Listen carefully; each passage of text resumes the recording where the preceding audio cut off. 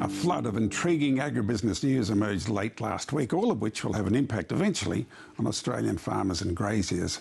And it will no doubt provoke plenty of discussion in the marketplaces of the world.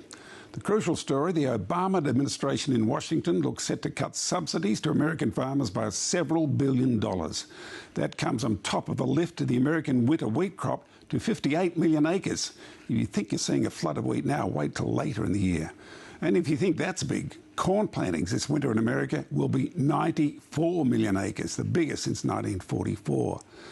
Now, the demand for ethanol is falling off the cliff. The price of corn is therefore expected to drop 20% this year, and of course that price will bounce onto wheat. Figures released last week for GM crops claimed an increase of 12 million hectares in 2011. That's 8% up on 2010. GM opponents claim the figures have been massaged. And although it's been rumoured for some time, old beef industry warhorse Ken Warriner has confirmed that he's pulling the pin as boss of the Consolidated Pastoral Company, but he'll stay on as chairman of the board. Now, wherever he is, he would not be too happy about prices this past week.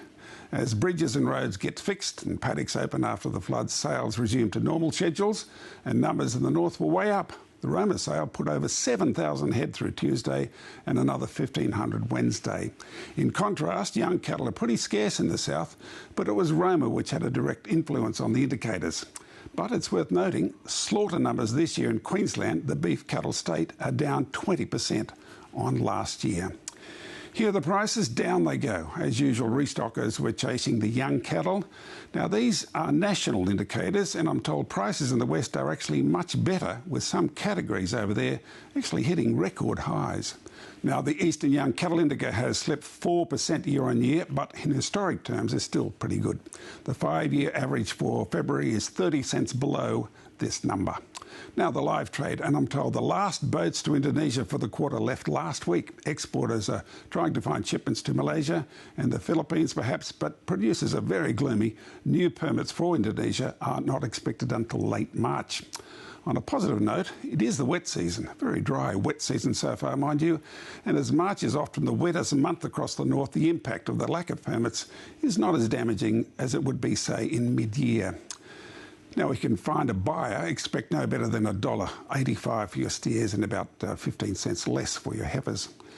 Lamb and sheep markets recovered some of the recent losses. Yardings were way down, probably in response to the recent price falls. Quality is reported as so-so, with a lot of bigger lambs available. Sheep numbers were also down, as was quality, but as mentioned, the numbers told, and both indicators were up, although they're still well down on this week last year. And just before I leave livestock, the Australian animal rights group Voiceless this week launched its latest advertising campaign targeting the chicken and pork industries.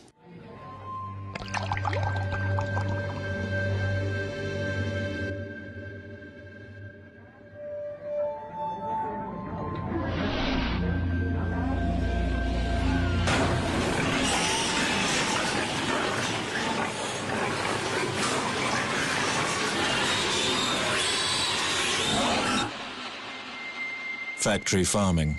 The truth is hard to swallow. Grain markets had a reasonable week, although wheat futures trading on the ASX finished on a soft trend. The encouraging news was a sale to Iran of 300,000 tonnes. WA wheat for next month rose $7, while New South Wales wheat closed a fraction higher. The markets are still digesting the impact of that big lift in American winter wheat plantings. It's the largest since 1997.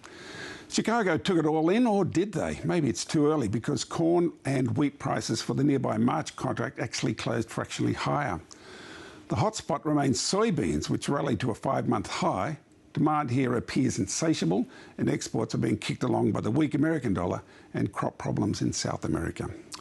Back home, spot prices continue to ease. There's some strength in the canola market, but elsewhere there's a lot of wheat and sorghum on offer. Sorghum and wheat both fell a couple of dollars, while canola is following the Winnipeg trend, which has been heading north for several weeks. Back to New York for the soft commodities, and the significant development here was that the USDA forecast of a substantial drop in the price of cotton, down 11% this year, says the USDA, citing growing global inventories. But sugar had a lift last week, up more than 2 cents, while cotton actually fell almost 2%. Still on cotton, before Christmas, growers had forecast a potential record crop here in Australia of 4.9 million bales. Adam Kay from Cotton Australia told us the recent floods that swept through key growing areas in Queensland and New South Wales have taken the shine off that. At this stage, we're estimating the crop losses to be about 500,000 bales. So that's about $250 million worth of production that's been lost out of northern New South Wales and southeast Queensland.